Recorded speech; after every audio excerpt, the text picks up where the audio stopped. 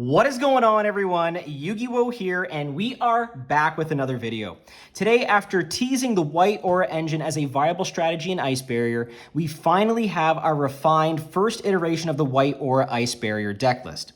As I've mentioned before in past videos, the White Aura engine allows us to break boards, create interruption, and recur resources from the graveyard without using our normal summon, which allows our regular Ice Barrier lines with Revealer to progress freely.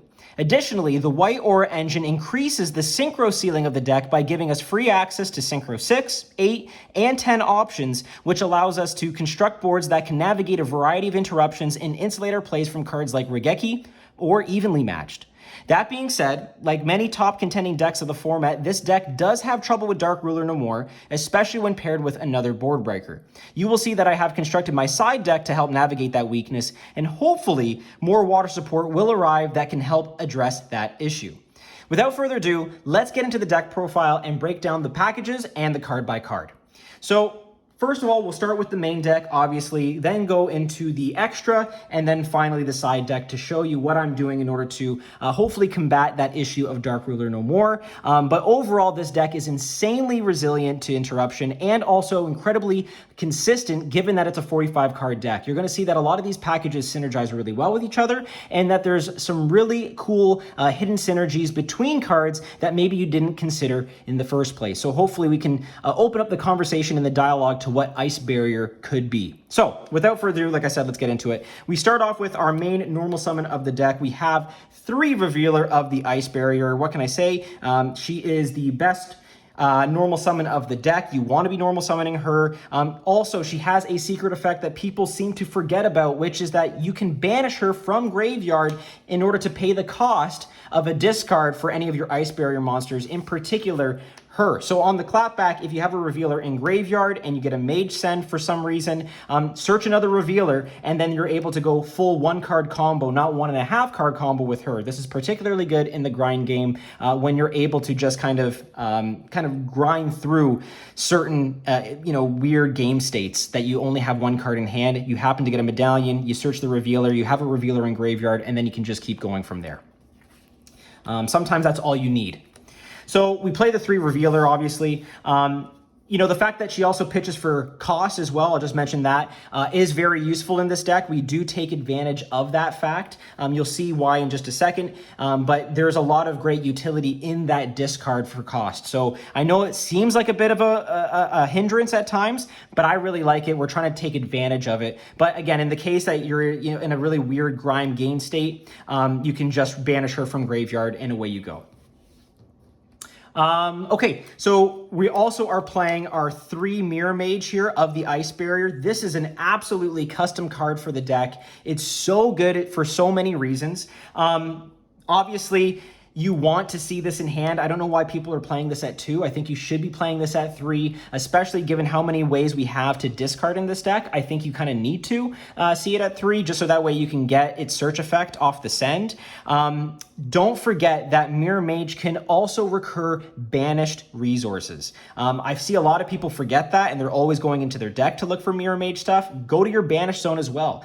This is probably one of the reasons why this deck list can work as well as it does. It's because Mirror Mage has that ability to go into your banish. So even if you banish a Revealer, you could banish a Revealer or banish a Speaker in particular, you can recur that back with the Mirror Mage here. So just keep that in mind because I think it's definitely useful. And of course, the fact that you can generate tokens and modulate its level, it just opens up so many great synchro plays that also work in tandem with the White Aura engine. It's just insane. It works really well, especially if you want to get into a Synchro 6 play with White Porpoise. We'll go into it when we get there, but it's really good. Of course, I did say we are playing some 1-ofs, and Mirror Mage allows us to do that just because, again, of its ability to recur from banished. We have 1 Gorgeous, 1 Speaker, 1 Hexa. We also play 1 General Wayne and 1 Raiho. So we're not playing Warlock in the main. I don't even have it in the side right now, just because I think it can be a bit win more, but also it's meta dependent too, right? If Runic is on the rise, obviously Warlock puts in a lot of work, but Raiho really does do a lot by itself, and it's really hard to kind of get around and puts opponents in a really sticky situation where they have to address this card immediately. Gorgeous and Speaker. Maybe controversial that they're at 1 each, but in this particular build, they don't do enough by themselves. You need to see a lot of names for them to do anything. We don't play a lot of names, and therefore we're searching them rather than wanting to see them in hand. That goes with Hexa as well. Again, you know, it's a bit awkward if you were to see Hexa in hand. It's not a huge deal though, because we can access certain plays without needing to have Hexa be in deck to do things, just because the deck offers a lot of free extension anyway, to get into, you know, anemone plays or other sort of synchro package plays. So that's pretty good. General Wayne, I like him not only because he can search the ice barrier spells, but he can also, funny enough, search the ice barrier trap. And yes, we do use that in this deck. It's a major goo point for us, and you're going to see why later on, because it just gets us access to so many amazing things. You'll see why it's important. I also view Wayne as sort of an additional copy of each one of these cards, because it can search Medallion. Medallion's not once per turn, so it can get you access to any one of these if you need it in that particular time. So that's why we're only playing the one of right now. And of course, the fact that it can special itself in a going second situation is nice too. And you know, what can I say about Gorgeous? Gorgeous is also a really good card. Don't get me wrong, I've thought about playing that too, but by itself, without having any names, it's just not great. So this is why I just play the one to search it, and then I can recur it fairly easily as well. And you'll see again how we do that later on. So now let's get into the White Aura package itself, at least in the monsters. We play 3 White Sardine, and we play 3 Abyss Shark. And the Abyss Shark also searches us the 1 White Sunfish. So White Sardine is great. Obviously, it can pitch itself to special itself, so that's free water fodder in and of itself there. So again, if you have the Hexa in hand and you need that link material, White Sardine could do the trick. Abyss Shark also, like I said, puts in a lot of work by searching out the Sunfish. This here is full White Aura combo to get you into a Toad play or a Toad plus an enemy play, so that's really great. This also gets you to a White Aura Whale play to break boards. So this, in and of itself, doesn't use the normal summon. It's super good. Also, something to keep in mind that Abyss Shark does allow itself to be used for a rank 4 when using a number monster, or when ranking up into a number monster, so that's really good. It can be treated as a level 3 or 4 monster, so something to keep in mind if you're into Stealth Kragan plays, which I do run in this extra deck, but we'll talk about it when we get there. Another thing to keep in mind, excuse me, is that Abyss Shark, in addition to searching White Sunfish, also can search you a Silent Angler and a Fishborg Harpooner. So these are additional search targets for Abyss Shark. And the nice thing is that Abyss Shark is a level 5 water, which is relevant if we play the Ice Barrier Trap. And hint, hint, nudge, nudge, we absolutely do. So Silent Angler, just a great free special summon from the hand, can go into rank 4 plays or again, additional water fodder. And also Fishborg Harpooner is really good. I love it as a form of disruption. I love it as a tuner, and I love that it can unbrick your hand. If you have this and a Hexa, for example, you can special out the Hexa by revealing both. If you have this and a Raiho, you can cheat out Raiho early, which is really good because Raiho doesn't require an ice barrier in order to get its effect. So, you know, it's just really nice in some really awkward situations with your hand to add this to hand with Abyss Shark, and then, of course, kind of unbrick your hand and continue to play. So I like it for that reason, and I think this package works really nicely with each other, and they're all synergistic, which is good. I have seen people play 2 Harpooners. I can see that, but again, the fact that Abyss Shark searches this, I just left it to 1, just so that way we can condense the engine. So again, what I like about this deck, even though it's 45, everything is highly searchable in it. Everything kind of gets to everything else, and you'll see later on how we can get to this, and it just makes it so much easier to play. And again, to kind of push past interruption. Which, again, that being said, you know, there's points where I can see why people would want to play a pure deck with like 15 hand traps in it. But for me, I just want to play. And this deck has a really good time going through not only 1, but even 2 forms of interruption. And we don't just die on hand trapping Revealer. We can actually pivot around that, which is really good. Speaking of which, we have Swap Frog here. I've talked about this. You guys blew up the video that I have on the channel about Swap Frog. So if you want me to have a more in-depth conversation about it, go check out that video. But essentially, Swap Frog allows you to pitch a water monster, special itself, and then pitch Mage from deck. Mage will get you a search for anything, which is typically a revealer. Then you can bounce Swap Frog from hand in order to then use it as discard fodder for revealer. Doesn't take up the normal summon, super good. Again, the bounce to hand is for cost, which is really nice, so you can just do it all over again if you have another water monster in your hand to do so. And I really like this, again, because you can just straight up make a Toad with this and Mirror Mage. It's completely viable and allows you to do that. So yeah, there's times where I just hard make it and it comes up. So yeah, we like that, especially when you pair it with like a Lancia, so you can kind of avoid drool and avoid other hand traps by insulating early with a hard-made Toad. So in terms of like ice barrier sort of targets and also just other kind of tech options, I do play the 2 Ice Jade Ran Igrin. Love this card. It's an instant Synchro 10 or Synchro 10 Turbo. It's really nice. It's also, again, searchable through ice barrier, so you can dump this, add this back to hand, and get into a Lancia right away. Tidal is insane in this deck. I don't know what else to say except that it can obviously pitch Mirror Mage, but you can also, if you have Mirror Mage in hand, send the Mirror Mage with it and get a Mirror Mage send. Plus, you can dump a Revealer, and then with Mirror Mage, add a Frozen Chains or a Freezing Chains, and then revive the Revealer, and there you have a Revealer without using the normal summon. Just absolutely insane. And of course, we play the 1 Gamma Seal. It just breaks boards. You know, you can out that really pesky 1 big boss monster that just seems to be putting a lot of pressure on your board or a lot of pressure on your hand. And I love it.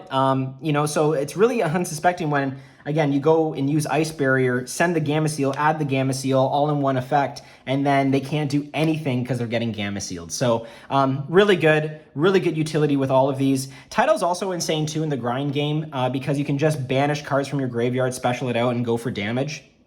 It's also a level 7, which is relevant when you pair it with a level 1 Hexa to go into a Synchro 8. So, you know, this definitely is slept on in terms of just what it can do as not only like OTK potential, but Synchro potential. Also, if you play Changing, which we do, this banishing materials also procs Changing, which, again, to special itself and then just boost the attack of Changing, just incredibly good.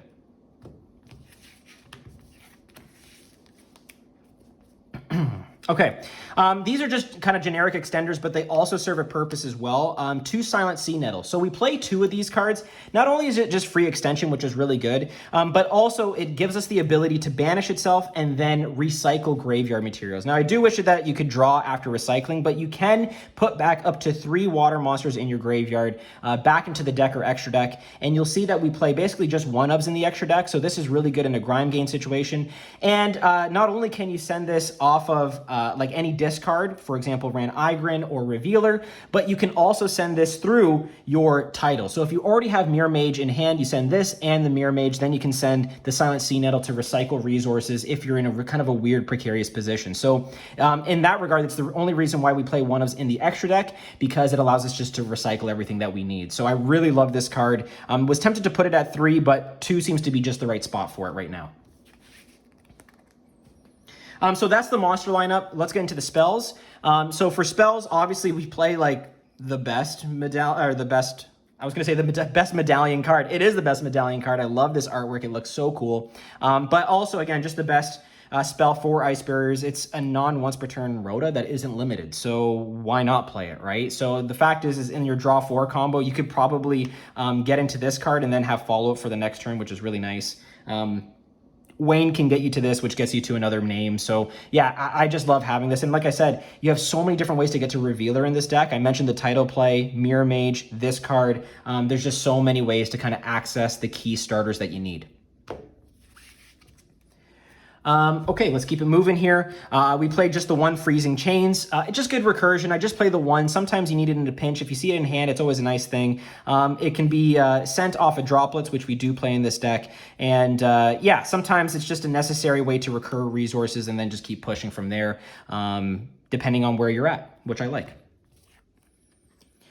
Okay, let's keep it going here. I mentioned that we do play the White Aura engine. White Reincarnation is a part of that engine.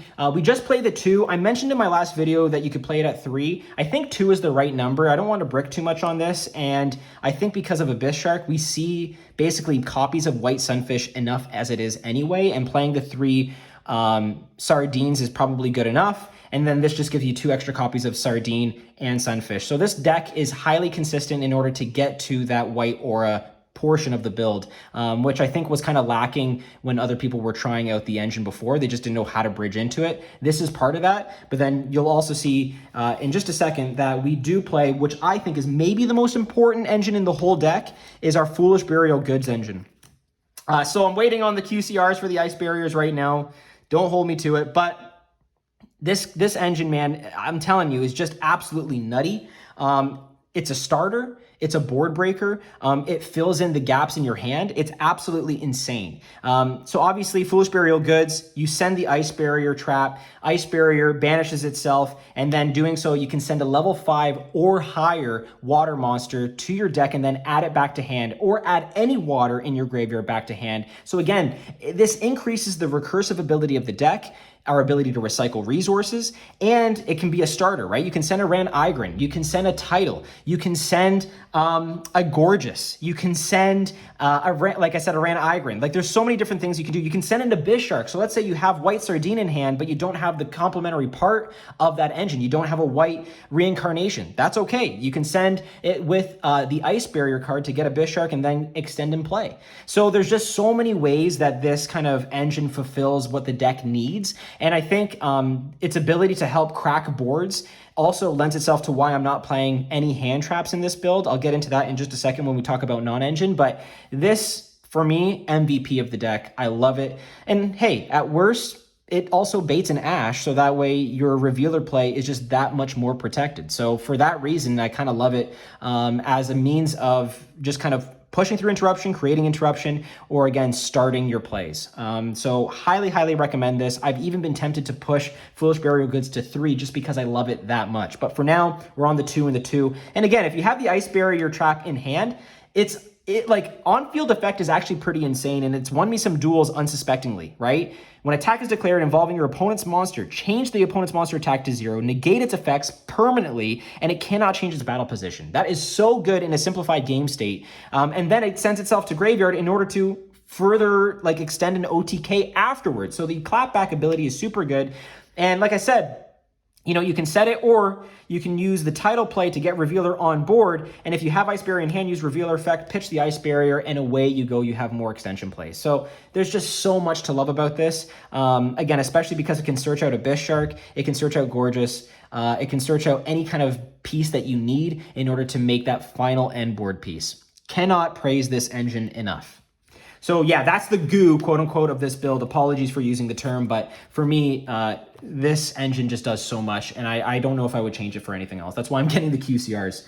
Of course, we talk about non-engine. So we're playing 3 Droplet here and 3 Evenly Matched. Now, okay, I don't play hand traps in this build. The reason why I don't play hand traps in this build is because I don't think 2 hand traps is enough. Quite frankly, this is a meta that you get punished for hand looping yourself by, you know, gutting into what, an Ash and a Bell, or an Ash and an Ogre, or an Ash and maybe a Nib. Like the combination of 2 card combos, or an Ash and an Imperm even sometimes isn't enough, right? The 2 combos of hand traps that you might have, just I don't think do enough in this particular meta. And you know, you might have to wait till the ban list, but you need high impact board breakers to simplify the game state, establish your board, break theirs, and then get into a Lancia play and just floodgate them and stifle their ability to play. That's what you need to do with this deck. You have to think more mid-rangey. Yes, you can go for the OTK sometimes, but for me, dropping a Droplet and then an Evenly Matched does so much in terms of just simplifying the game state, and sometimes even just an Evenly Matched, and then again, Ice Barrier play, search the Gamma Seal, out their one problematic card that they've kept on board, and continue to play from there. is massive, is absolutely massive. Also, this is a build that can cater itself to Forbidden Droplet. Send a Mirror Mage. Send the White Reincarnation Continuous spell. Send also the Freezing Chains, right? These are all cards that are great send targets that you're not using on the board anymore. And I will say, just backing up back to the White Reincarnation, this does allow you to also blow up the opponent's field when you special summon your White Aura Whale from graveyard. So you're blowing up the field with White Aura Whale, you're blowing up the field with White Reincarnation. It also allows you to make a second attack. So OTKs are possible when you keep it up there, but in a grindier game, maybe you just want to use it as droplet fodder, and that's completely fine. So these are just the considerations to think about. Like I said, sending Mirror Mage with Forbidden Droplet, or sending Mirror Mage and Ice Barrier with Forbidden Droplet to negate 2 monsters and then get extension out of it is just, oh, it feels so good. And like I said, evenly matches there as like an equalizer, and just to help you break through some really tough boards, okay? And we'll show the side deck in a second, and how we build around kind of this sort of non-engine lineup. So I think the White Aura engine by nature does a great job breaking boards by itself. This supplements that, and that's why I don't really need hand traps. I can just push through interruption going first, and then going second, I can break their board completely and then just set up what I need to for the grind game. So that is the 45 card main deck list. Again, this is the first iteration.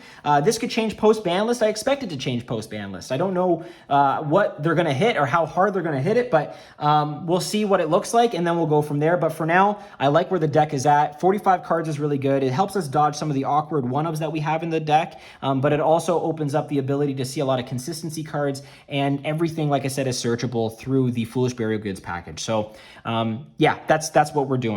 So obviously, extra deck, we only play the 1 Lancia. There is an argument to play 2, but the fact that we play Silent Sea Nettle allows us to recycle this and then continue to make Synchro 10s on the opponent's turn, which is really good. Or not on, I shouldn't say on the opponent's turn. There are possibilities to do so with another card that I do play in the extra deck, but for the most part, again, if it comes back to you, you can go into a Ran Aggron play, make this again, and then kind of establish your board dominance or your board presence from there.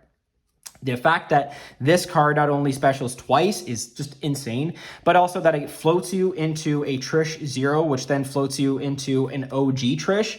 I mean, it's just awesome. It's so good. Obviously, this non-target, banish 3, fantastic. If this is outed or destroyed, then you go into OG, banish, field, hand, graveyard, super good. And of course, yeah, I should say, I should correct myself. This doesn't synchro summon to this. This does synchro summon to the OG Trish, which then allows you to banish from hand, graveyard, to field. But regardless, you're still going to droplet their board and also boost this up to 3,300 arbitrarily. So it feels good. It feels absolutely good when this goes off, and it's always a threat. It's very annoying to deal with. And the only hang up that I have, it'd be truly broken if it was an actual Ice Barrier card, but we take what we can get. It's still super good support. We're going to go into like just the Synchro 10 lineup here. So we do play the 1 Ice Jig Gamir Igrin. Gamir allows you to play through Shifter. It also is great into Branded, obviously. It doesn't allow the opponent to destroy your cards or banish. It protects you from Regeki, which is really good. And then Changing is good for OTK potential, you know, especially against like Runic or other cards that love to banish. Ritual Beast, is also another good kind of favorable matchup for this too. So it gets really beefy. Tidal is great in conjunction with this card. And then, like I said, there's like a lot of recursion with this deck, and Igrin's a part of that. You know, if they banish a card, you can bring this back and then, you know, reestablish your board and prevent it from being destroyed. So yeah, it can play through board breakers pretty well. Like I said, it just struggles against Dark Ruler no more, but what doesn't in this meta? That's just kind of the nature of the beast. But yeah, these are really good. And again, the fact that you can protect itself from destruction, it also, you know, can banish a card on field and in graveyard. Like, it does a lot, and sometimes changing just is needed in that time. And because we can turbo out a Synchro 10 at any point in time, these are really good toolbox options to have. We do play the 1 Croc as our 9. Very good. I mean, we also play the OG Trish too, but, you know, generically we're making this as a 9. You know, just gets you draws. The pop is also really valuable. Sometimes there's a field spell or a continuous spell that activates. You're like, no, I don't need that right now. You go Croc effect, pop it, and hopefully it puts them in a bit of an awkward position. So the Synchro 8s, We have our Dragite, obviously, and like I said, the white Aura Whale. Aura Whale is great because you can just bring it back if it's destroyed or outed, and then it doesn't destroy the field, but it just makes it a little stickier, and it also becomes a Synchro 8, which is kind of nice, depending on what else you have on field or what you can revive and grave.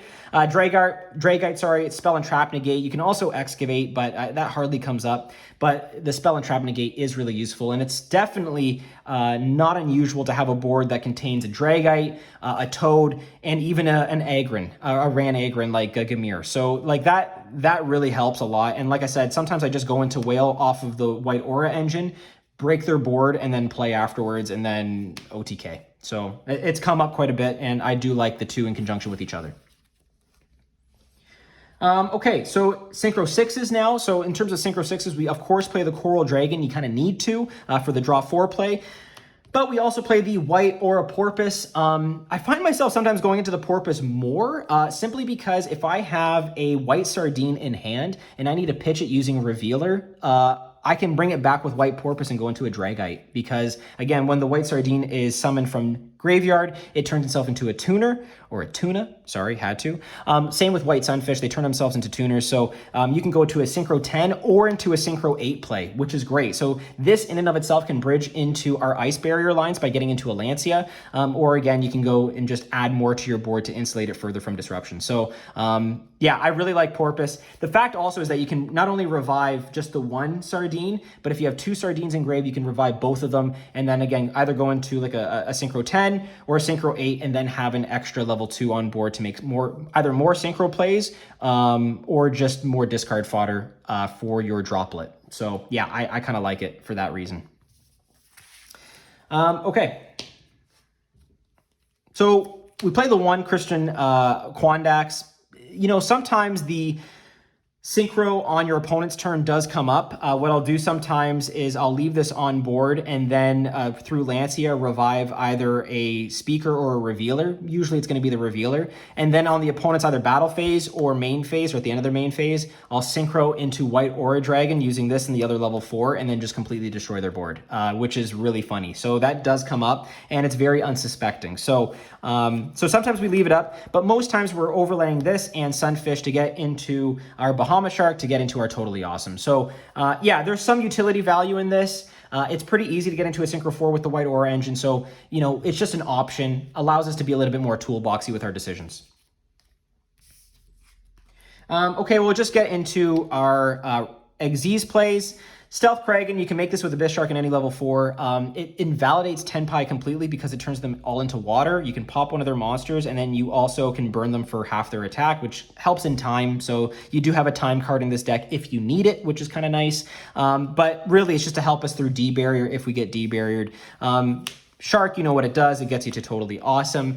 And then, of course, we have the Coral Anemone, which is really good for just reviving Mirror Mage, or in this deck, also reviving your White Sunfish, your Abyss Shark, or your White Sardine. And again, if you revive the Sunfish or the Sardine with an enemy, that's fine. You can turn them into tuners and then make more plays that way. So there's just a lot of cool synergy. You really need to play around with this deck to kind of uncover its potential, because I think there's just so many branches and lines that you can go down. Like I said in the intro, the Synchro ceiling on this deck is amazing, but these are our utility Xyz and Link monsters, again, just to help us push through certain boards or add on to a board, or simply just play through D-Barrier.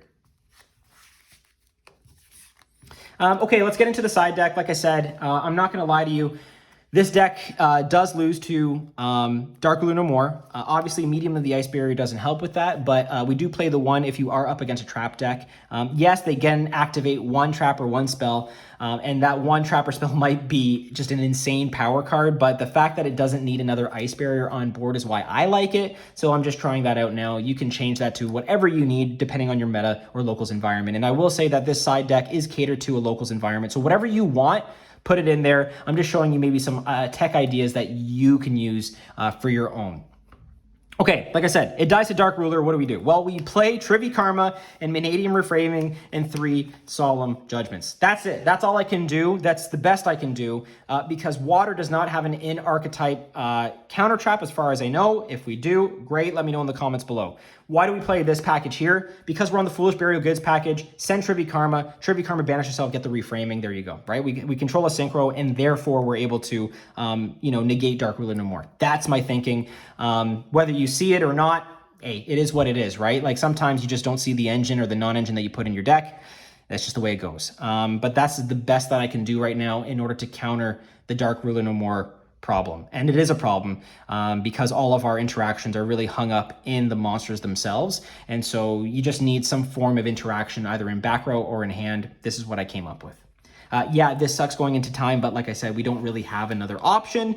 It is what it is, but I do like the idea of Trivy Karma and reframing in conjunction with the Solemn Judgments, especially if you do the draw 4 to kind of get into these cards. And no, Trivy Karma isn't always a brick. Like, yes, it is a brick because it doesn't do anything by itself, but at least you can discard it with Revealer and get the same effect. So in that regard, it's not a complete brick. And if you draw the reframing, then good for you. Then you can just set it and away you go. Yeah, I play 3 Droll. That's the only hand trap that I play. It's just really impactful into like Voiceless Voice or other rogue decks, and hits parts of the Fiend Smith engine if they start with the Fiend Smith engine, and then you can just kind of like lock them out from there. So yeah, this is just the only hand trap that I play. It does come up also good against White Woods and White Forest stuff. So this can be whatever you want it to be, but Droll is pretty impactful for me right now. Dark Ruler no more. The card that I hate is the card that we play. Yeah, because we already main Droplet and Evenly, this is a really nice substitution just to get in there in addition to those other board breakers, break their board completely, Dark Ruler their board, then White Aura Whale their entire board, and then set up your Lancia plays. Super good, and just really stalls them. Obviously, you're not going to OTK, but again, it's not the point. The point is to gain advantage in further game states or future game states. And then finally, back row, Lightning Storm and Harpy's Feather Duster. You can obviously switch these out for Cosmics if you want, that's fine.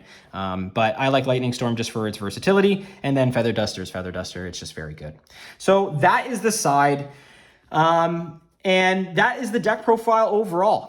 Like I said, I really do like where this deck list is going. I like the fact that it's, 45, I think is the right number to kind of include the right amount of engine versus non-engine, and also allows us to just, again, push through interruption a lot easier. I don't think there's any value in getting stopped on a Revealer and maybe having 2 low impact hand traps in hand, or even a triple tacted's Talent. They imperm this and then it's stuck in your hand. You can't do anything. So I'd rather just have other supplementary engines that push and allow us to gas through things. And that seems to be doing the trick. Like I said, Dark Ruler is a problem, but we try our best to mitigate it as much as we can with this. But anyway, that's what we have right now. If you like this kind of content, please make sure to like, subscribe, ding the notification bell to stay in the loop with all of that ice barrier, white aura goodness. This is Yu-Gi-Oh! Trying out the ice, signing out.